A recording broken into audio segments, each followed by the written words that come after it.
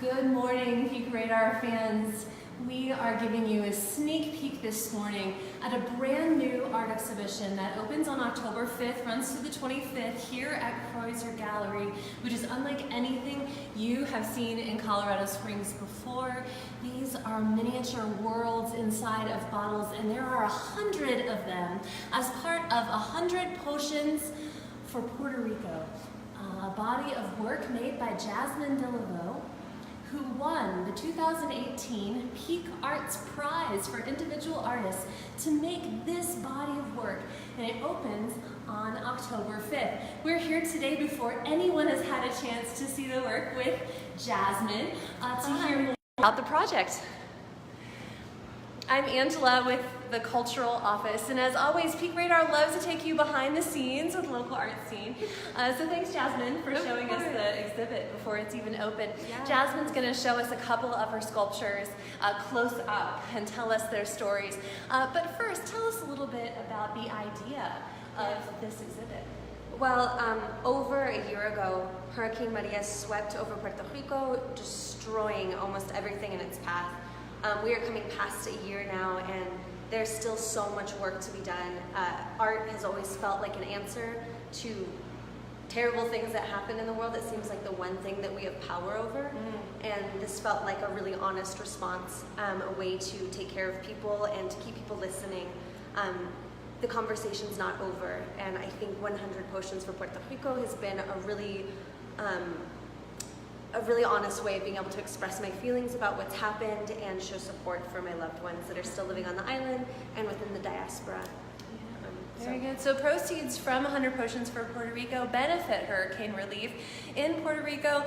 So please come out on October 5th. Event details are linked in the caption of this video. We're at Kreuser Gallery right now with all 100 bottles that Jasmine created. So tell us a little bit about the bottles, why you chose that vessel and this structure for your work. Sure. I always felt like zoom in a little bit here on some of them while you talk. I always felt that magic and art intersect naturally all the time. Creating anything, painting, drawing, sculpture is art in its way, and it's also magic in a way.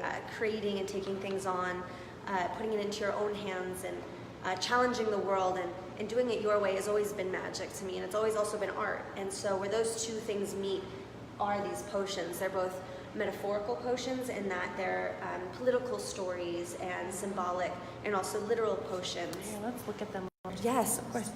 There's some that are literal potions in that they contain anointing oils and spiritual herbs and salts and florals, things that have magical powers to them.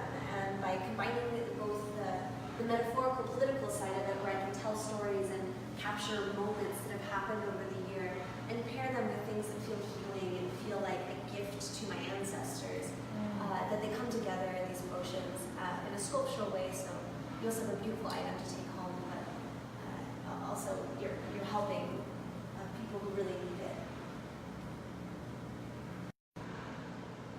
Great.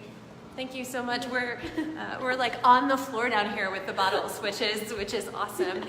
Would you like to show us one or two that are particularly meaningful to you?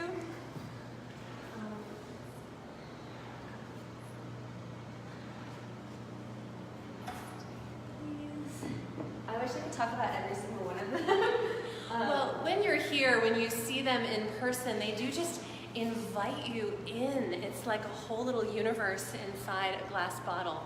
So take us inside some of these. So this is bottle number 1, actually. When you move through the space, you'll see that there's a small number attached to every single one with a card that goes with it, so you can see what each bottle's about.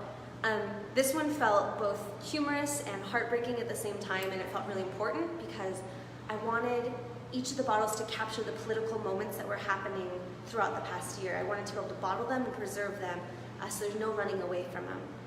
This was a moment when President Trump actually went to Puerto Rico and was trying to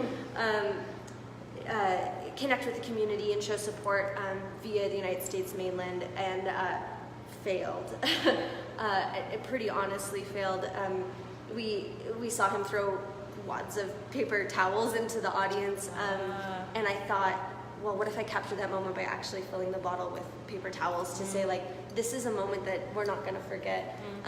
Boricuas within the diaspora are not going to forget. People who went weeks and weeks to months to a year without electricity, water, mail access, food that wasn't in FEMA packages, they're not going to forget these moments. And so I felt like this was something that could be captured in a potion bottle that's not necessarily a magical elixir, but in itself is capturing a moment. Yeah, sometimes simple materials can still convey really powerful moments and story. Yeah.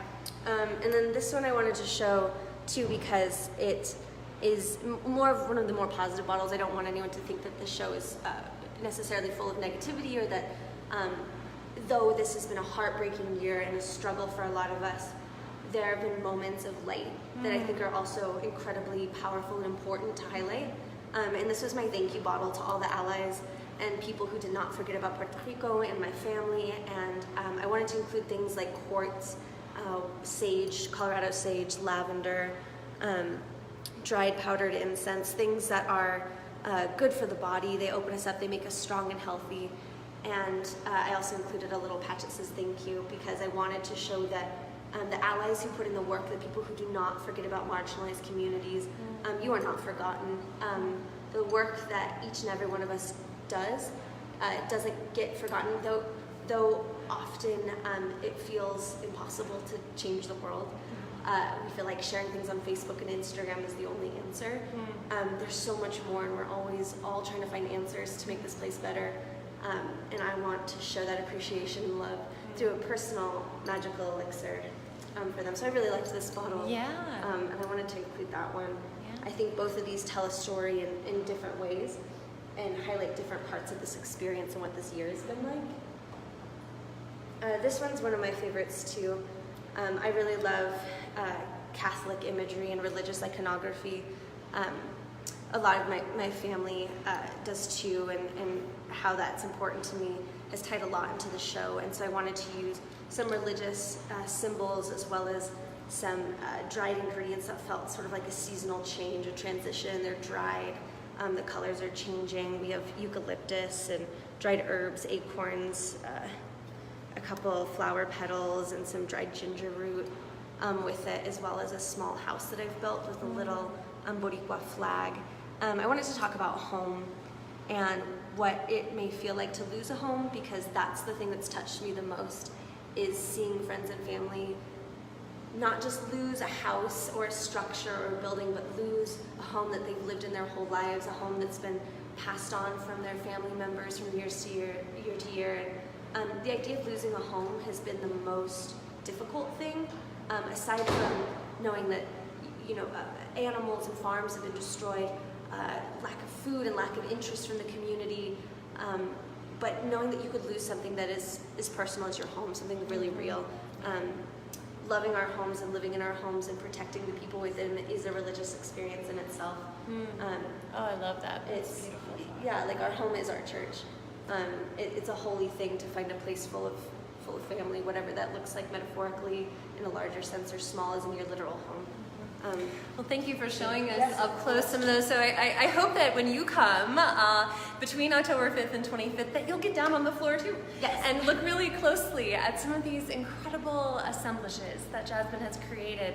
I think that the power of your story and how personal this is to you is part of what connected with our community during Peak Arts Prize. So in the winter of 2018, there was Peak Arts Prize's first public program. Jasmine won the public vote for individual artists with what was a really simple video of just her looking at the camera and telling people that she wanted to make these and why. And I think you can see how connective that is, and I hope you'll come and experience that exhibit. What did it mean to you that people had literally voted for you to make this? It was kind of insane, because I knew I had to make the project somehow. There's no way I could not make it, and I just didn't know how. Peak Arts Prize has been that answer, and knowing that the community was behind me was probably the most important part. As much as having financial support to make something like this happen is incredible, it's knowing that the community is behind you and believes in you and says that I'm willing to invest a little bit of my time to make sure that what you care about happens. And that's like so powerful. It's so incredible. I'm glad you felt that. So Jasmine's not the only one who's made bottles. Why don't you show us? We have a couple from Puerto Rico. Yeah.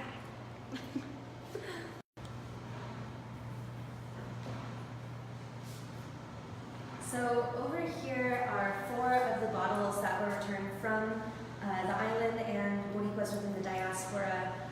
Some of the tainas that we're donating to made bottles as well here to tell a little bit of their story. You know, I don't live on the island, I live here in Colorado, so I get a look at this experience from privileged eyes, and I wanted to include the stories of people who are actually there, people who are experiencing it firsthand. I didn't want there to be holes in this narrative. There's no room for that. We have to make space for people to really talk through their experiences, and this was a good opportunity. So I have 4 here to share with you guys as well. Our hope is that we'll have all 10 eventually, because this project isn't ending. It'll keep going on as long as it needs to. So hopefully we'll have 10 of them present, so that there's 90 for me and then 10 from them, but there are 100 sculptures in the room. All right, well, please come and see the opening of 100 Potions for Puerto Rico on October 5th at the Kreuser Gallery as part of First Friday in downtown Colorado Springs. And you can also join Jasmine for an artist talk on October 11th as well, and hear in more depth than you'll be able to at the opening some of the stories and thoughts that went into the potions that are among the 100 around you here at the Kreuser Gallery.